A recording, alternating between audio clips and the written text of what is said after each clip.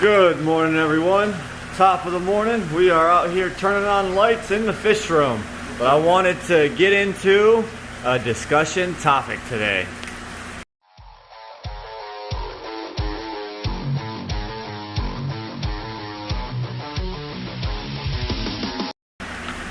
$6 a.m. is too early for discussion topics. All right, so when my dad's turning on lights, we're getting a look at everything. Everything looks fine. No water on the floor. That's always a good sign. Nothing leaking. Great sign. The floor is dry. Awesome. Hubert's doing well.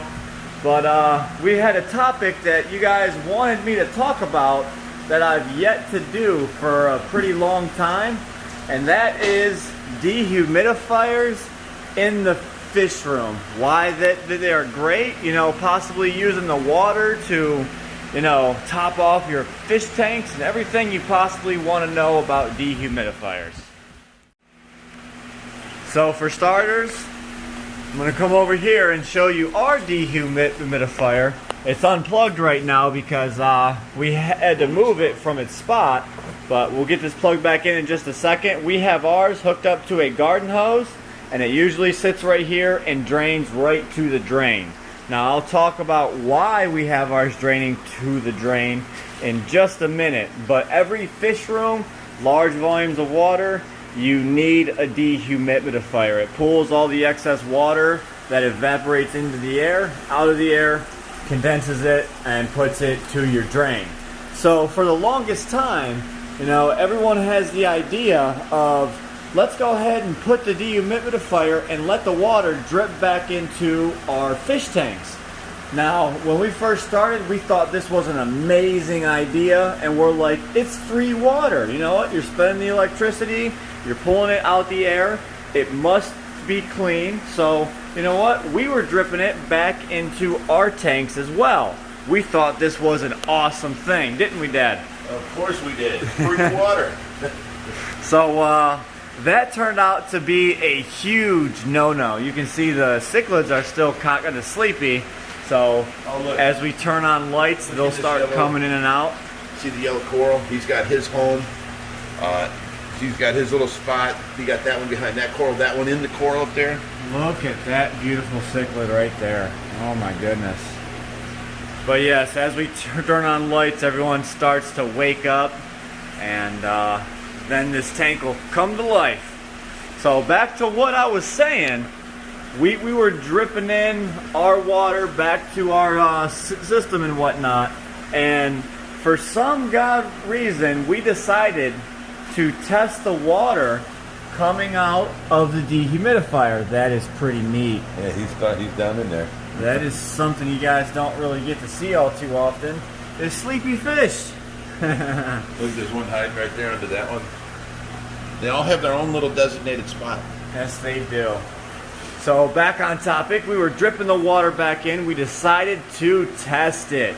And we didn't know what was going to come of this test, but when we tested the water, the readings were off the charts. The ammonia was fine, the nitrites were fine, but the nitrates were blood red. So what this actually was doing was taking all the water that evaporated into the air and then condense the water. So what that did was condense the nitrates, and we're thinking we're doing good by pumping this water back into our system. But I meant well, Josh.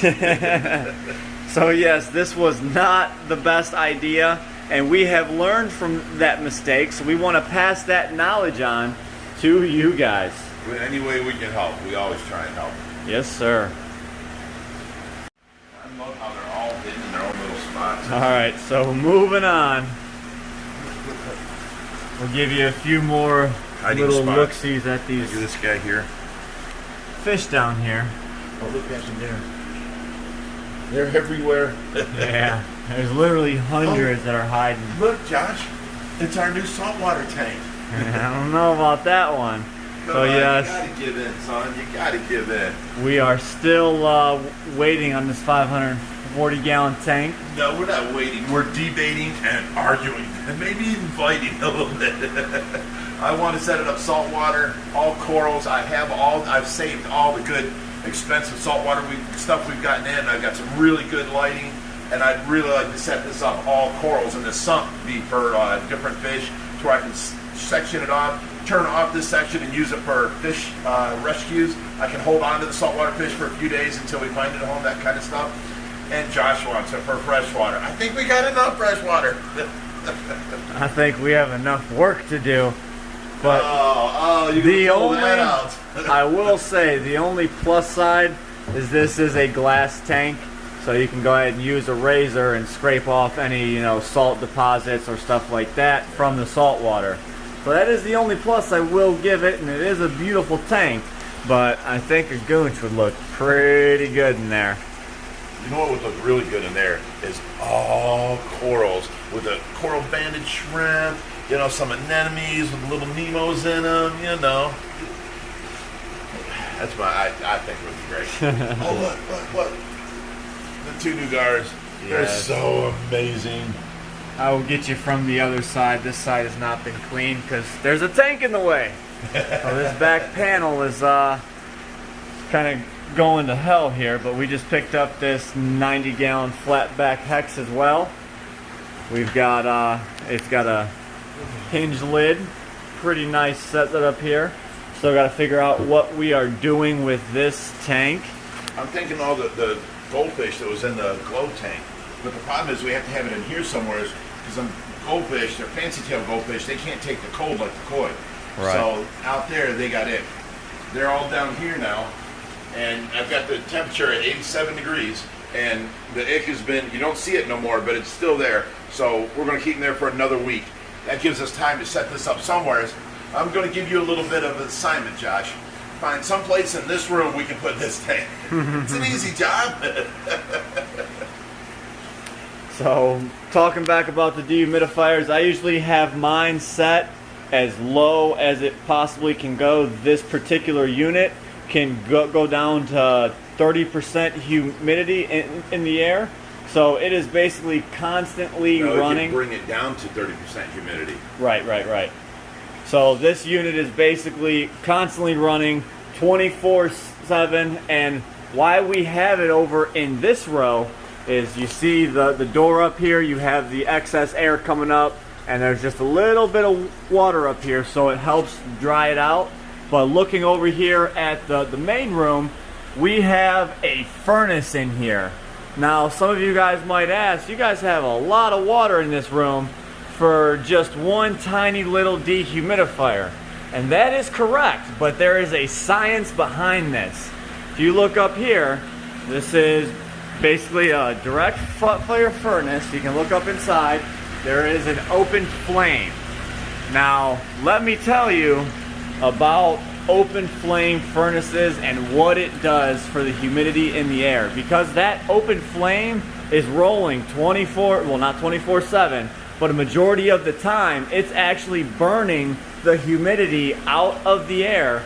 Now, I'm pretty sure there's probably going to be some HVAC guys who can talk a little bit more knowledge about this, because I'm just a fish guy here, but I'm trying to share some knowledge. So it basically burns the humidity right out of the air, and it keeps it super dry in here. I've got a good example of this.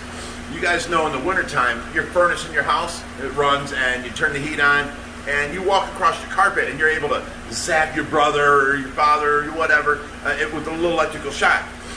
That's because your furnace, the same system that Josh is talking about, has an open rolling flame, and it dries the air out so much that you're able to make that static electricity build up. Hey, nice shirt. So out here, it don't get it dry enough to create static electricity, but it does take the moisture out of the air. Another way to help out is if we have a lot of open top tanks. If you can at all cover your tanks, it will drop the moisture tremendously.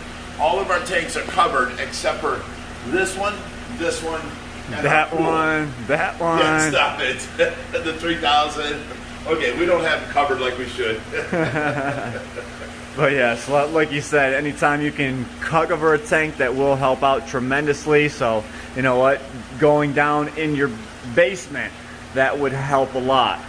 But this is why we are able to operate the way we do, because we rely on our furnace to help with moisture control.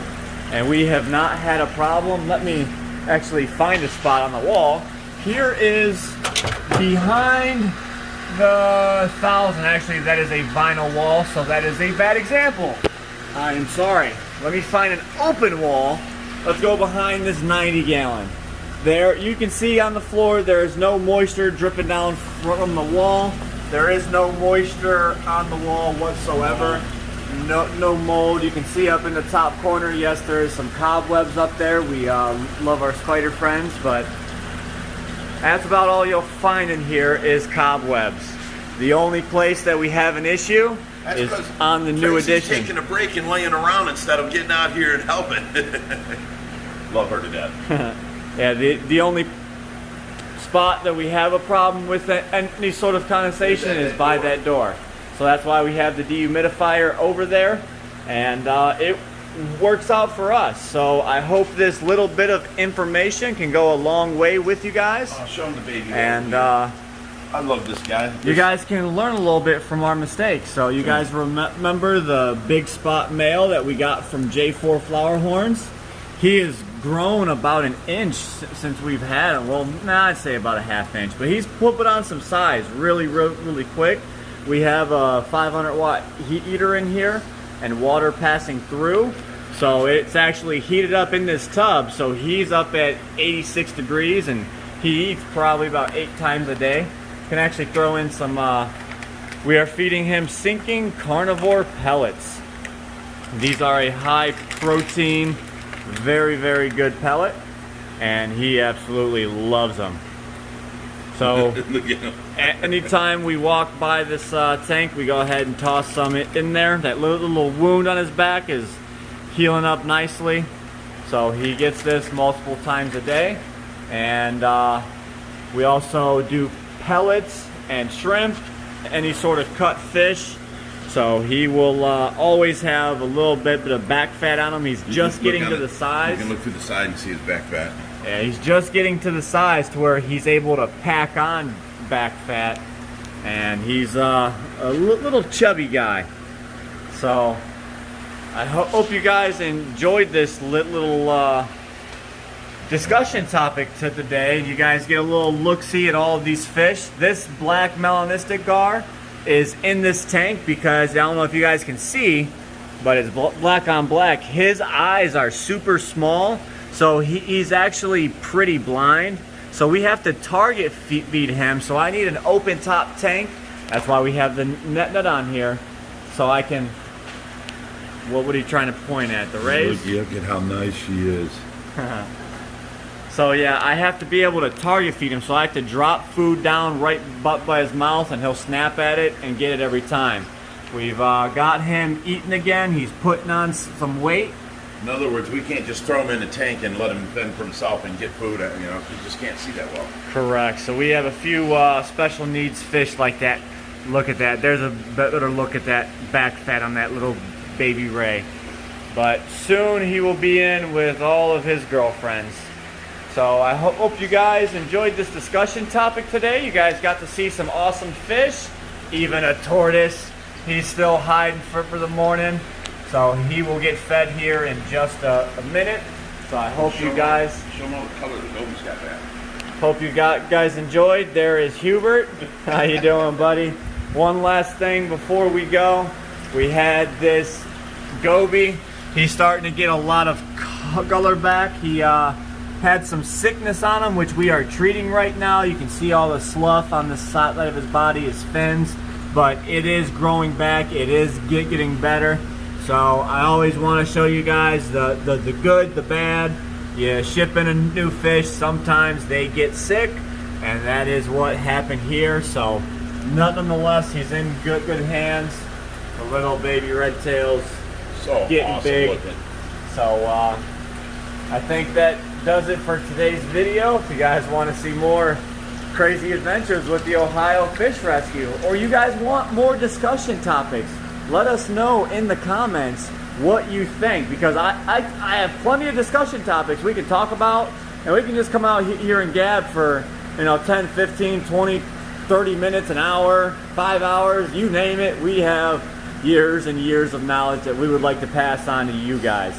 So I hope you enjoyed today's video. As always, stay fishy, my friends.